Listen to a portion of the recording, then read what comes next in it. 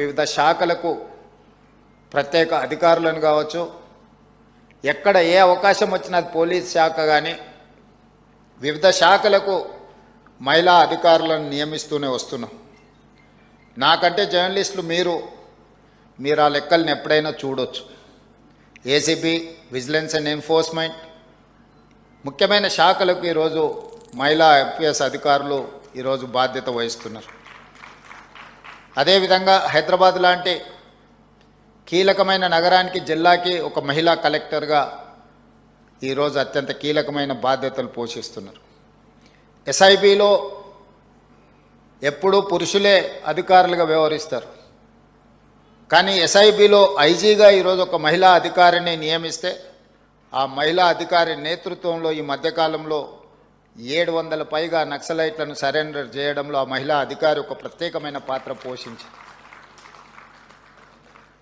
అవకాశం ఇచ్చినప్పుడే ఎవరైనా తమ సామర్థ్యాన్ని నిరూపించుకోవడానికి అవకాశం ఉంటుంది.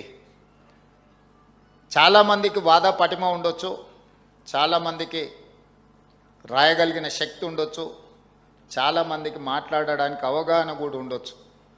చట్టసభలకు వచ్చినప్పుడు, పాత్రికేయ మిత్రులుగా అవకాశం కలిగినప్పుడు వివిధ సందర్భాలలోనే వాళ్ళకున్న శక్తి కానీ వాళ్ళకున్న సామర్థ్యం కానీ సమాజానికి తెలియడం జరుగుతుంది.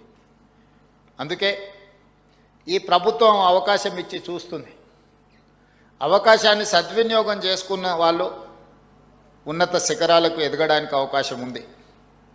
అందుకే ఈనాడు ఇందిరమ్మ ఇల్లు ఇచ్చిన మహిళల పేరు మీదనే ఇచ్చినాం. ఆర్టీసీ బస్సులో మహిళల ఉచిత ప్రయాణం గురించే మనం మాట్లాడుకుంటున్నాం. కానీ అదే స్వయం సహాయక మహిళలకు తెలంగాణ రాష్ట్రంలో 1000 బస్సుల యజమానులను చేసి ఈరోజు ఆ మహిళా సంఘాలు ఆర్టీసీకి 1000 బస్సులను ఈరోజు నడపగలుగుతున్నారంటే ఒక కార్పొరేట్ కంపెనీలతో ఈరోజు పోటీ పడే విధంగా మహిళా సంఘాలకు తెలంగాణ రాష్ట్ర ప్రభుత్వం అవకాశం ఇచ్చింది. మహిళల్ని బస్సుల్లో ఉచిత ప్రయాణం చేస్తారని చులకనగా చూడకుండా బస్సులకు యజమానులను చేసి ఈరోజు వ్యాపారాలలో రాణించే విధంగా ఈరోజు తెలంగాణ రాష్ట్ర ప్రభుత్వం అవకాశం ఇచ్చింది. రెన్యూబుల్ ఎనర్జీ, సోలార్ ఎనర్జీ గురించి మాట్లాడితే ఎప్పుడు కార్పొరేట్ దిగ్గజాలైన అదానీ, అంబానీ ఇలాంటి సంస్థల గురించే మనం మాట్లాడుకుంటూ ఉంటాం.